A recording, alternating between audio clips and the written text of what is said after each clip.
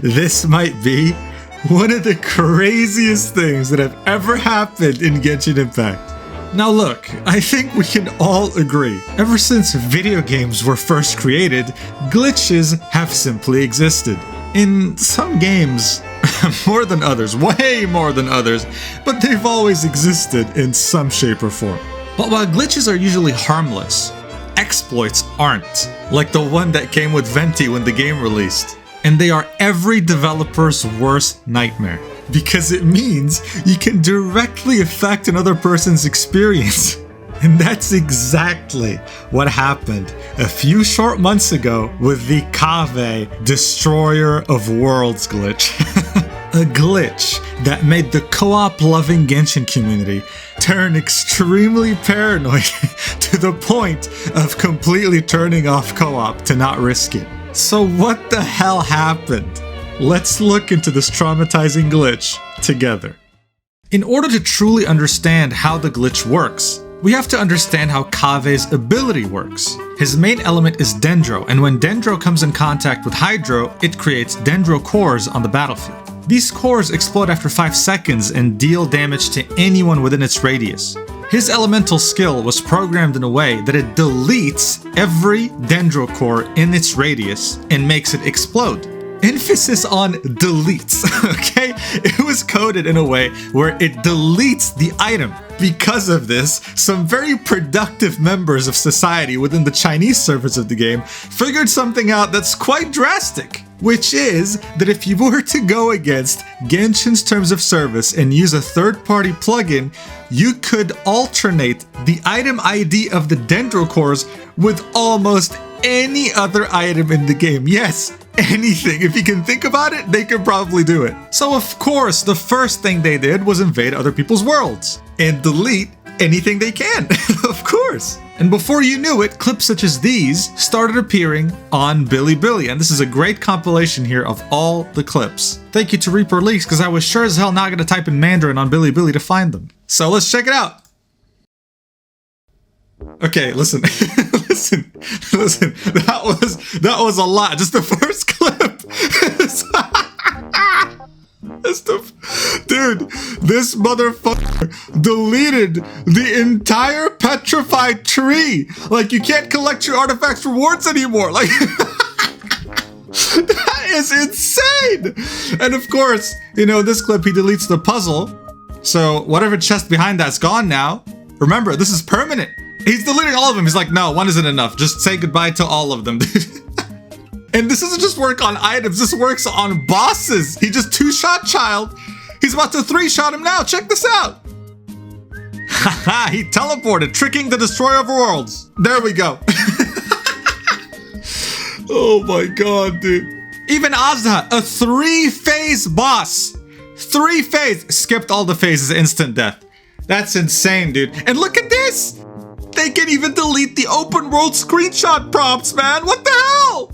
And this is them conversing in Chinese. I have no idea what they're saying, but it's probably not fun stuff because he's about to delete his puzzle. His puzzle is gone, dude. This is insane. A ley line. A fucking ley line, bro. You know how big this is? Say goodbye to your ley line permanently and look at this. This is the last straw. He deleted a luxurious chest, dude. Now that is enough to make any Genshin player uninstall permanently. That is insane, dude. Dude, I just need to re-show you this clip, man, because, dude, like, I just find it so funny. How he just deletes the entire tree and he's like, all right, well, see ya. And so I don't think it comes as a surprise to say that people started to be very paranoid about letting a KAVEH into their game, because apparently, this wasn't recorded, but some people were saying that he could even delete the Spiral Abyss entrance. Like, just imagine, dude. Oh my god, I wish there was a clip of that. I couldn't find it. Same with the Statue of the Seven, right? But they're items, so I totally see that happening. Same with waypoints. I thought architects were supposed to create, not destroy. Seriously though, what a wild bug. That's the funny thing about him. Not only is he an architect destroying every piece of architecture on the planet, but also his E ability looks kind of like a pentagram. It really doesn't help his case. Is it safe to let KAVEH in again?